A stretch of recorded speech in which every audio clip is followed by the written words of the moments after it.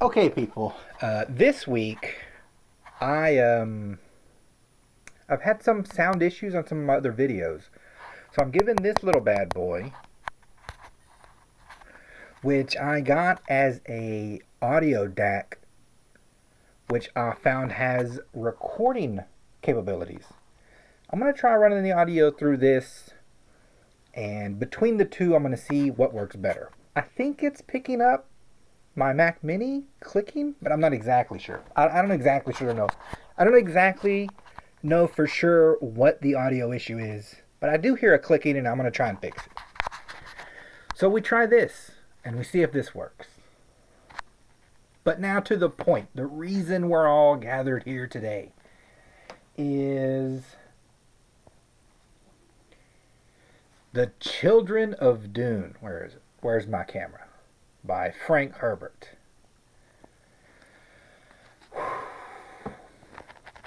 This is such a fantastic book. It really, really is. It's it's not complicated, but it has a complicated central sort of issue. It's the third in the Dune books. We have Dune, we have what is it? Dune Messiah, and then Children of Dune. You don't technically need the other two books to enjoy this book. I think it's pretty self-contained, but I do think it would help. There's some moments, there's some effect you can have, an enjoyment, a deeper enjoyment, I would say. You don't need it though. I mean, I guess you could just start with this one. But I would recommend I recommend all of them, all the Dune books, because they're all fantastic. But if you want to just start with this one, I suppose you can. It's not the end of the world. What this book does, one, all of Frank Herbert's books are very good with language. So, a lot of. Oh, that's what I was looking at. Hold on.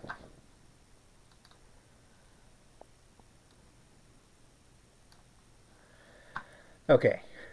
I was like, what's that glare on my glasses? It was my screen. I didn't turn the brightness down because I don't know what I'm doing, apparently. Anyways, what he does with language is he'll use the verbiage in a kind of way that sets the setting. Not so much taking the time to describe the setting. And in that sense, you'll feel the futureness of the book without harping on it as much. And then that lets him, in turn, harp on the concepts he wants to talk about. And the concepts here are what's very fantastic. What I mean by this, okay, so what does he say? Plastisteel. Or plasteel. I think that's what they say. I always read it plastisteel because it's really plastic and steel as the words sort of combine. Plasteel. And there's a one point where it describes the single largest structure ever made by humans, built on Dune. A mountain of plasteel, where whole cities could fit in easily. Right? It's just a simple way to describe this huge sort of building Paul Atreides built.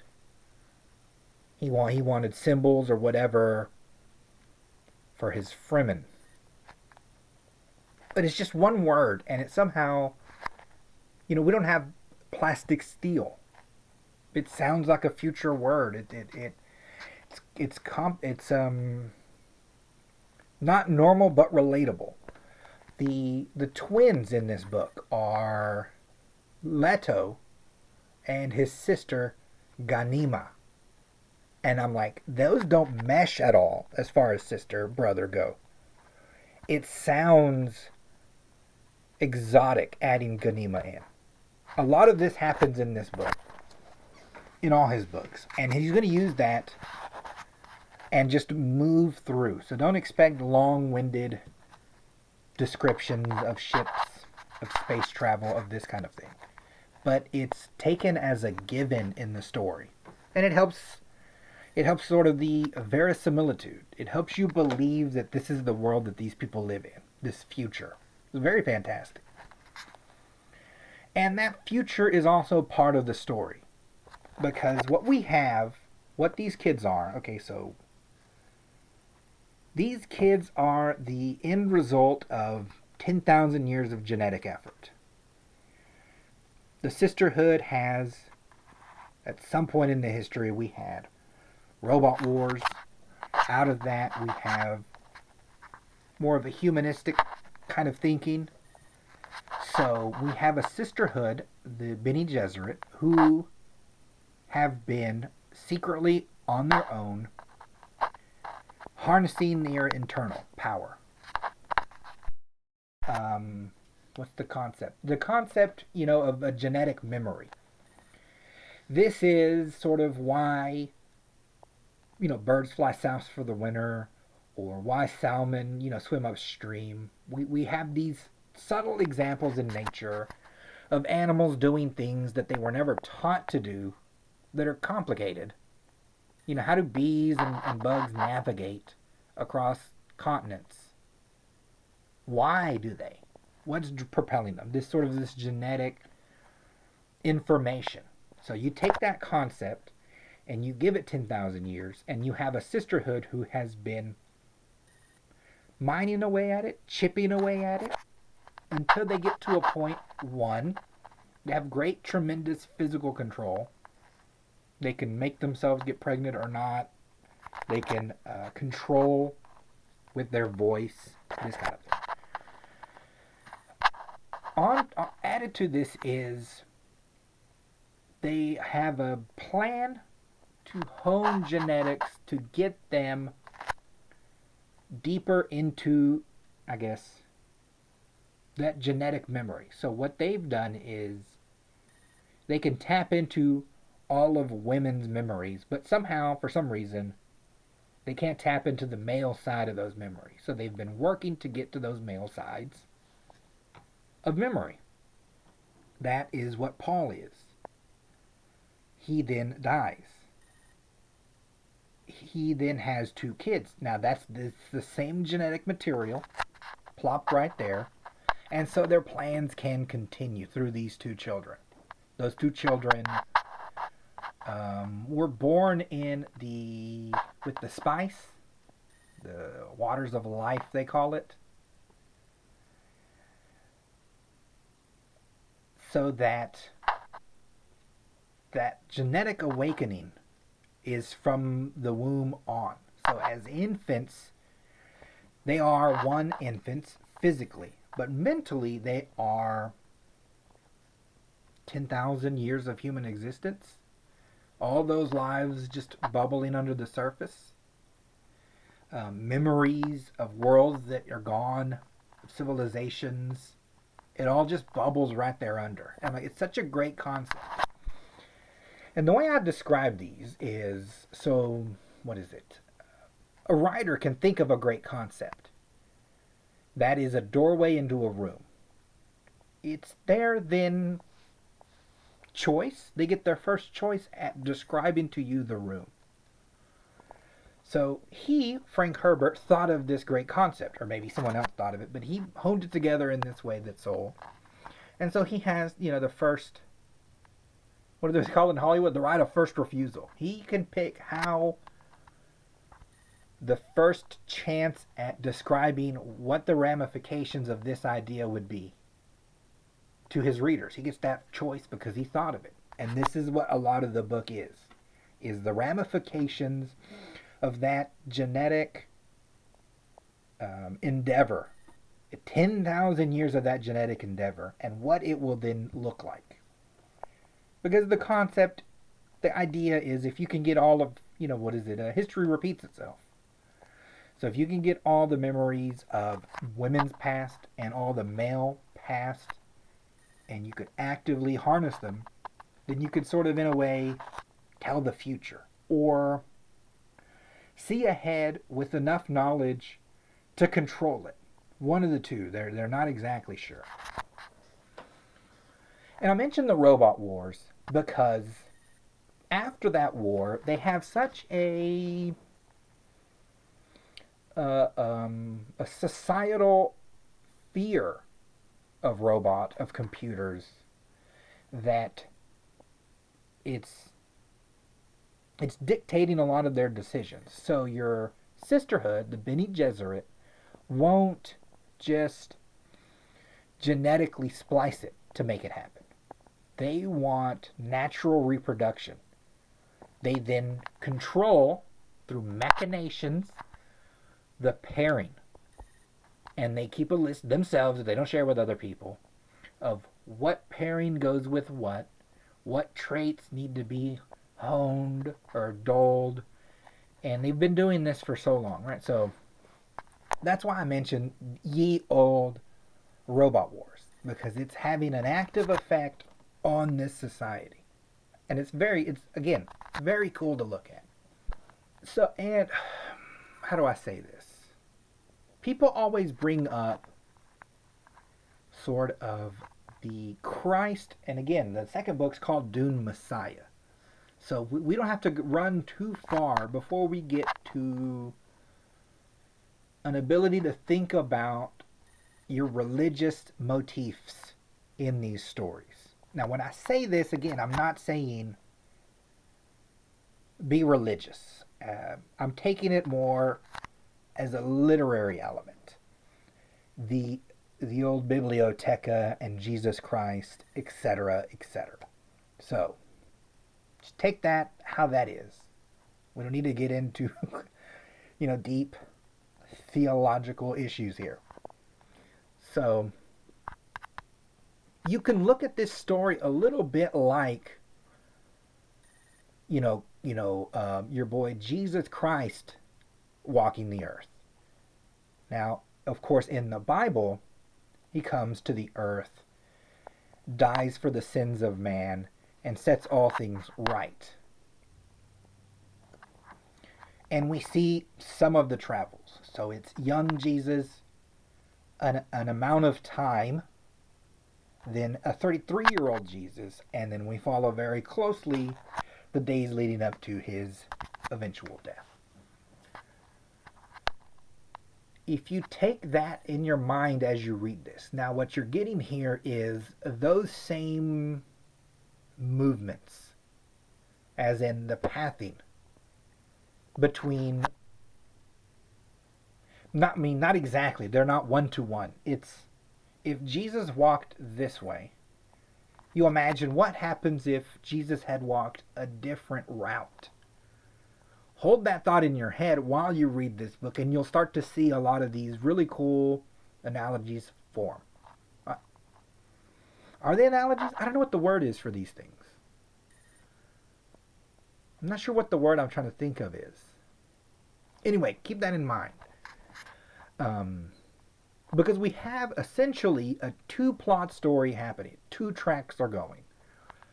On the one track is Ganima and Leto, the twin children of Paul Atreides, the hero of our last two books. And on the other side is sort of everything else that's happening in the universe. We have Jessica returning because after her son dies, right? So she gets to Dune, the planet, her husband dies. And now her son dies after starting this great big jihad. And she's like the Virgin Mary. She's the mother of the God who walked the earth. So she's held in high esteem. She can do what she wants, but she comes back. And now she's sort of trying to realign the sister's cause through these children. We have Princess Winsikia. I think I say this right. This is the other child. Granddaughter, maybe? No, just the other younger daughter.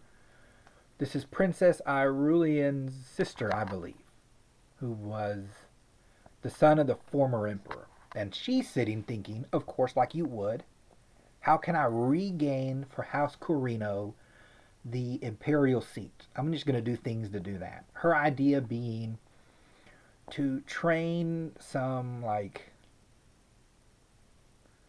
Laza tigers, they call them. Like super space tigers. She ends up killing a bunch of kids just in the training of these things. She has them robot controlled. She wants to give the twins a gift of a pair of clothing. The clothing is the trigger. They will then set these tigers loose. These tigers will hunt the kids down and kill them. Once they're dead, we pretend to be sad for a while. Then we sort of step into the seat that's rightfully ours as House Corino and run this new empire. And to that end, she is leaning on her head of, I guess, security, the head of the Sardukar, to convert to this Pod religion. And so that in some way she can merge her Sardukar with the Fremen and then have the force that's needed to rule the universe. This is her thinking.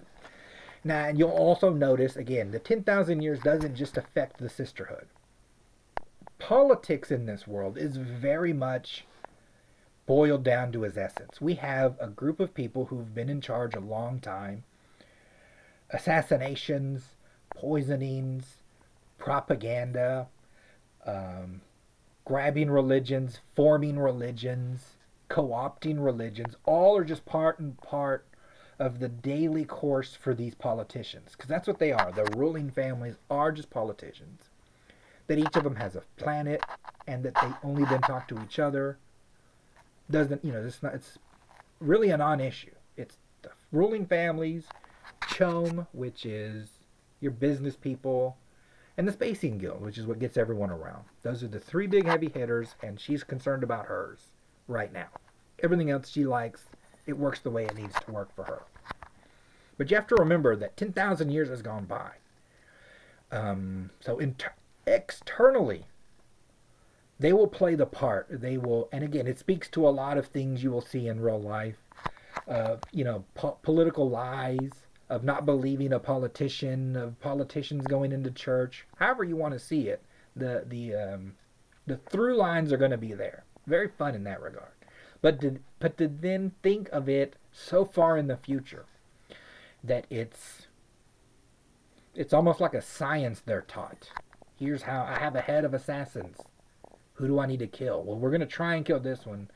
If it doesn't work, we're going to have to find another way to damage them and move our situation forward. It's very fun in that regard. We have the Sisterhood.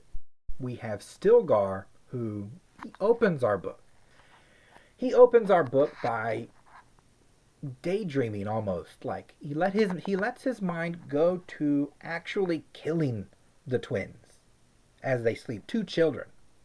And to him, it's one, abhorrent to kill these children who are defenseless, and two, it would be abhorrent to kill the children of Muad'Dib.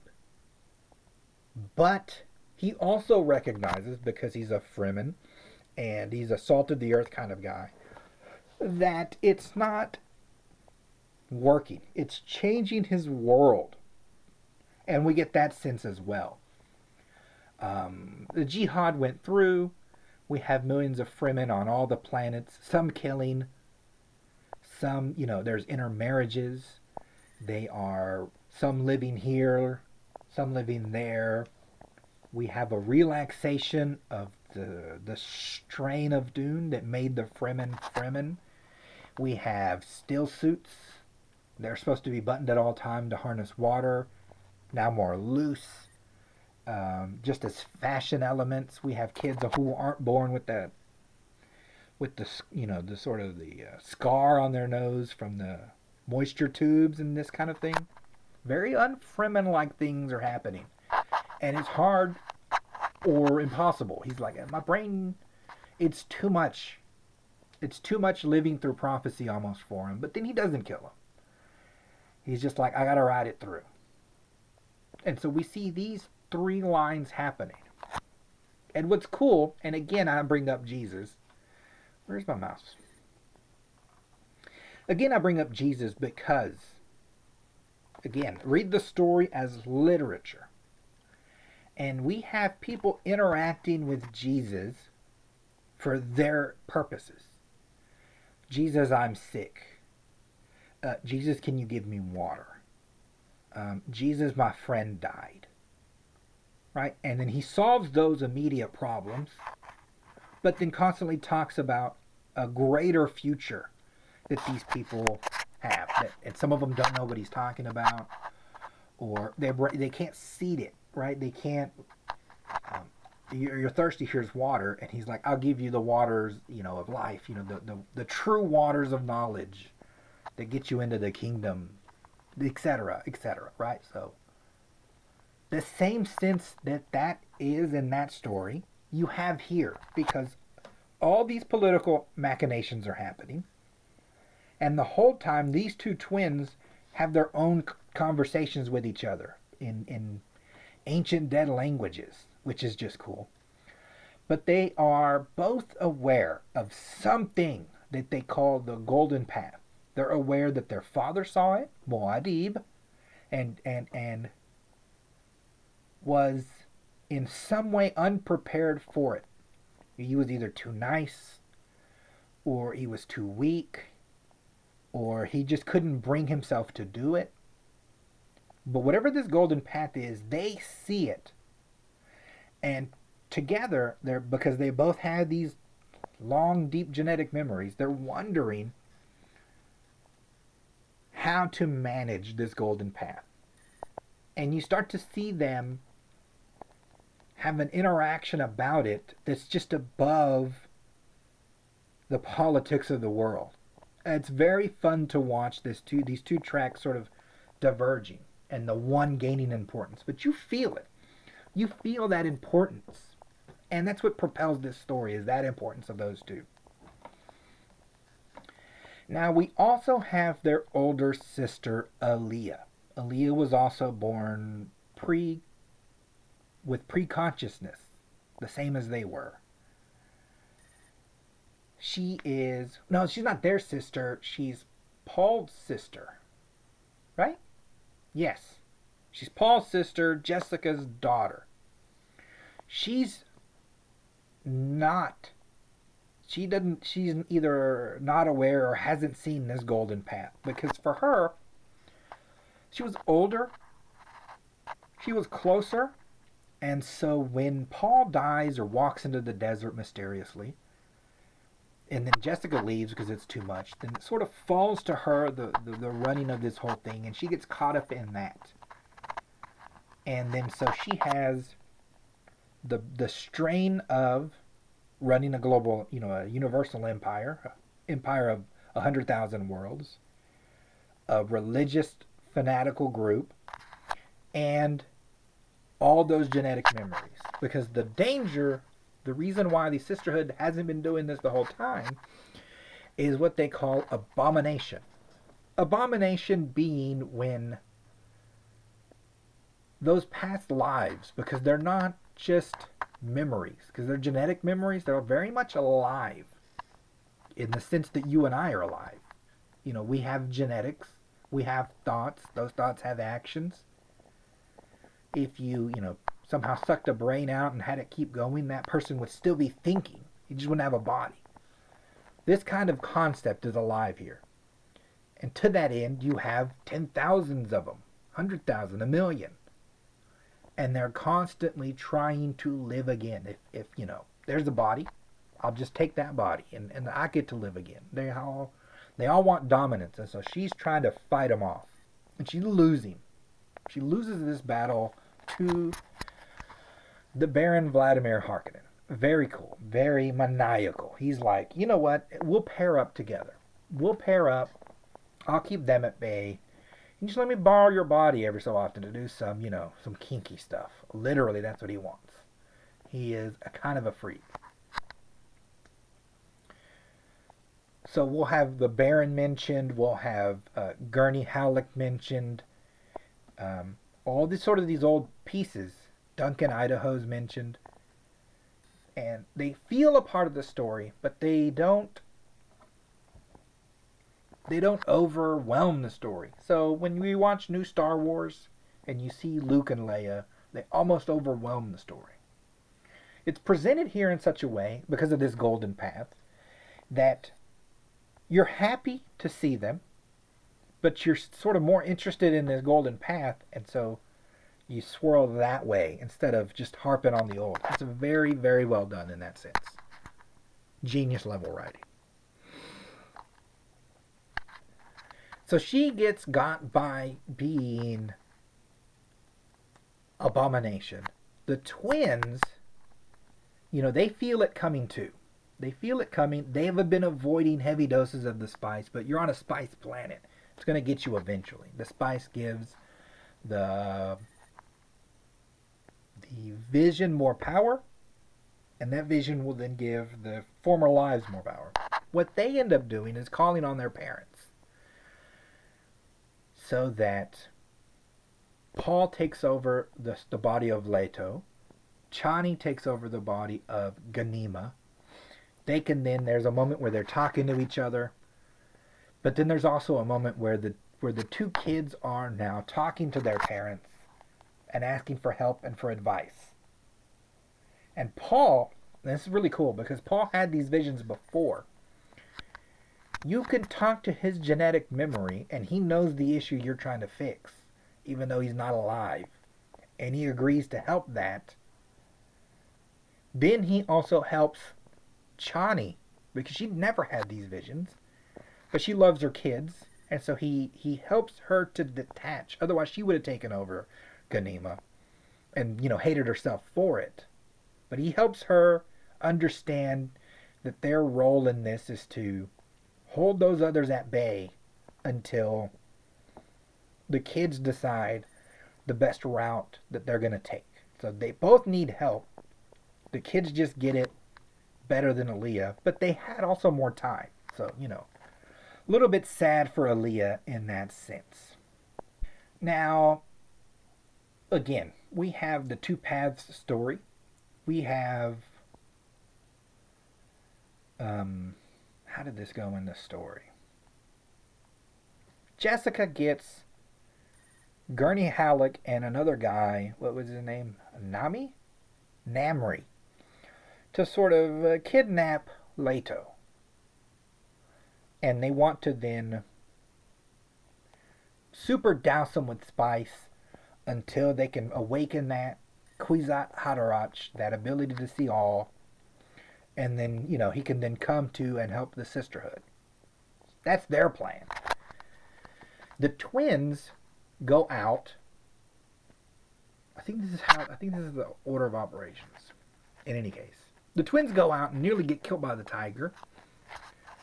And it's around this, not around this time, they have an understanding that of the two of them, Leto's going to do the golden path. That him doing it allows his sister to live a more normal life. And that it'll be on him the responsibility of what happens with this golden path. So they go out, they fight off the tigers, but they make it seem like the tigers have killed Leto. Because he needs to have this is, what is it? He starts doing things that lead him closer to that golden path. He constantly sees the options that would lessen it and knocks those options down so that less and less of a chance does he have to get off of the path. It's very, very fun to watch. But he has his sister, through their training, forget. Right? So in case a soothsayer or a truthsayer talks to her, she won't think that he's anything but dead. So she thinks he's dead until a secret word said. And he goes off and then he gets captured and doused over and over. And so for a while you see him struggle with just a flood of these infinite lives. What do they call them? Infinite time spaces. Memory lives surged and receded like waves on a beach. Against the backdrop of infinity, he was a protozoan creature in which birth and death were virtually simultaneous.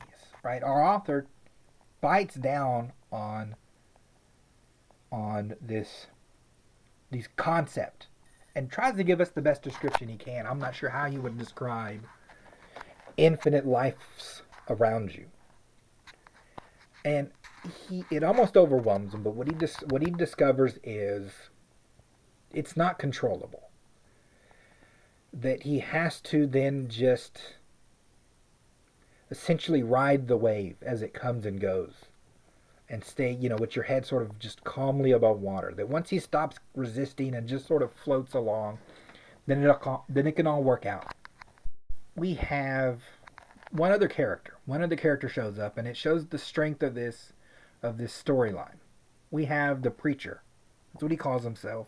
He's a blind Freeman, weather worn. And the first thing everyone thinks, because of the way he acts, is that it could be Paul. But no one actually saw his body. And of course, the religious fanatics freak out about it. Aaliyah is one half freaked out because she's an abomination already, and the Baron doesn't want anyone taking over his spot. But then, as a sister, she'd like the help of her brother. Everyone sort of starts imagining what the return of him might mean. What his return ends up being is in relation to this golden path. He is aware of what it is, and he meets Leto out on the sand because he's like, I need a conversation with my father, and it's about this golden path. So, the golden path. In this universe, we have something called the spice. The spice has various abilities. It unlocks sort of, like psychedelic drugs. It untaps sort of a thing in the brain that lets you see out into space and time really well. It's only on Dune.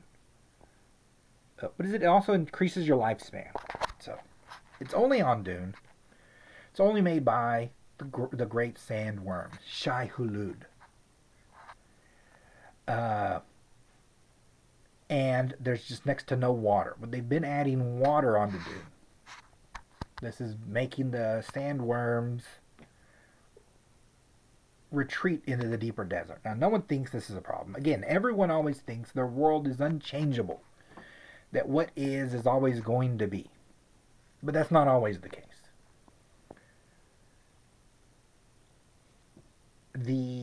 What do they call them? They're a version of little sandworms before they turn into the old men of the desert, the big Shi'Huluds. The little sandworms absorb water. What they found is that they find where water is and then hover over it. Then others link up with the little silica feet. And they've covered the planet essentially like this. So there's plenty of water on Dune. It's just trapped by these young version of these large sandworms. It's the ecosystem that's generated all this spice. The spice that then goes out all through the galaxy. Every ruling family is addicted to it. The Spacing Guild needs it to drive their car, their super spaceships. On top of just normal people will still have it for the life-extending properties that it has. It's a very addictive substance. Leto then covers himself in these little sandworms. Again, might be fun as a kid, but to cover your whole body, you would die. He doesn't die, I believe, because of his Bene Gesserit training. So he's able to control the enzymes in his body enough that they don't kill him. That it's a symbiosis he makes himself with it. So now in that sense, he looks like the old Fremen, where he has a still suit, only his still suit is made out of these tiny sandworms. He then sort of semi-merges himself with them. They feed him, he feeds them. This kind of energy happens. It's head to toe. It's now essentially bulletproof. He then also has an increased strength, like leaps and bounds, like I'm punching tanks if I want. This kind of vibe. But also, he won't be killed by the old men, Shi'Hulud, because it understands that those are infant versions of what it is. So it's not just going to eat its own. So he can now, with his arms, control the sandworms. Again, when the Fremen sees this, it's like you don't they don't see him as controlling God. They see him as God, right?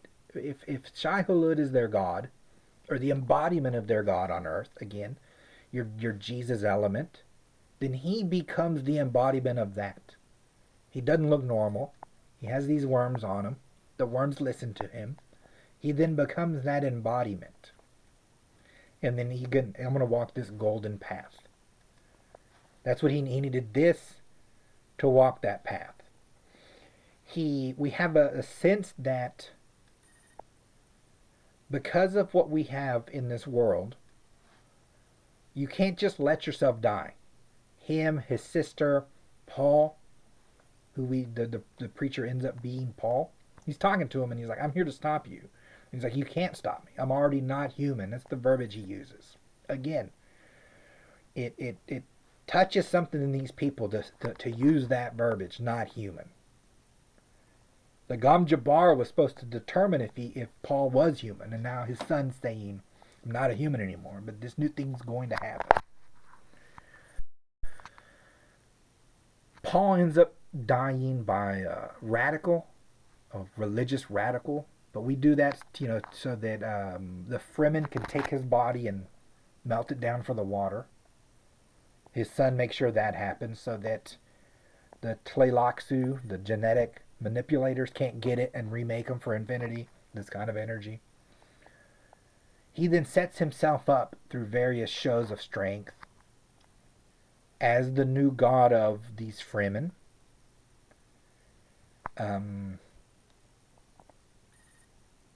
He breaks all the water cisterns they've been forming for years, because he's like, I'm going to get rid of all the worms. There's only going to be one Shi'Hulud, and it's going to be me.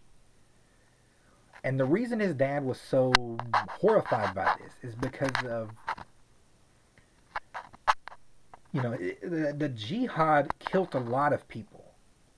Getting rid of the spice is going to kill just infinitely more people than that. All the people addicted to it. He's not going to be able to give enough out. They have families with storehouses. They'll linger for a little while. He has storehouses himself that he'll leech out to the guild, the spacing guild, to keep sort of certain channels open. But he's describing a world in which, because he'll live thousands of years himself. He's saying, I'm going to give them me, and then they will, this of political machinations, this will be the good old days that they'll remember fondly. I'm going to give them something completely new. And in that sense, you get the idea of, what if Jesus hadn't died for our sins? What if he said, I'm going to stay and reshape the world? That's the idea that this book leaves you with in Paul. And it's sort of hard to grasp, which is why you need a whole other book to talk about it, which he does in God, Emperor of Dune, which we're not going to cover today. But you see, again, that's why I like that it's the day-to-day life of sort of that Christ figure. Because when it's all said and done, that era is just as important as the new era for, I guess, historians, or as an interesting story. That ends up being the golden path. It's him. He becomes the golden path. He then because he's going to be the only thing that lives through all of it, or at least the majority of it. He sees some end for himself way down the line. But by then, all of humanity has had this upheaval. And that upheaval he sees as the part that can't be avoided. That at a certain point, what is it? So if you have too much inbreeding, like your royals did back in Europe, at some point there's a degradation that implodes on itself. And that the universe we had of 100,000 worlds was essentially a stagnant thing. And when you finish this book, you understand that Paul maybe thought his jihad would be enough to unstagnate this universe, but it wasn't. And his son sees that it's not, and that it's going to happen eventually. That if you don't take some control on it, it'll do it itself. It'll just implode on its own. And so he's decided, him and Ganima have decided that they will take it. And that's how we end the book. And it's all the Fremen pledging allegiance, with Stilgar being the last, which is the highest place of honor. And Stilgar not really grasping 100% that the sea change that's happened. But that Leto, he loves him because he's been around him so long. And then he's like, for you, it'll be all right. For you, your life will live out. And don't worry about it. I got it now. But he understands. He's made a decision for the universe here. It's a very good book. But that's sort of the ins and outs of Children of Dune. A very good book. I highly recommend all the Dune books in order. Again, I'll say that our beloved author, dies before he can truly finish it, so there's always going to be that sadness about it. But, at least we won't get like an Expanse situation where they sort of, muff the ending. But that's neither here nor there. Go get this book. All right. And now it's time for your beloved ads. These are my ads. These are my books. I get money off of them if they get bought. Are my books better than Dune? No. That's crazy talk. But they're good and they're enjoyable. And if you want to help the channel, you can buy them. You can also like this video or other videos, or just subscribe, or leave a comment, or just lurk. I'm good either way you want to go.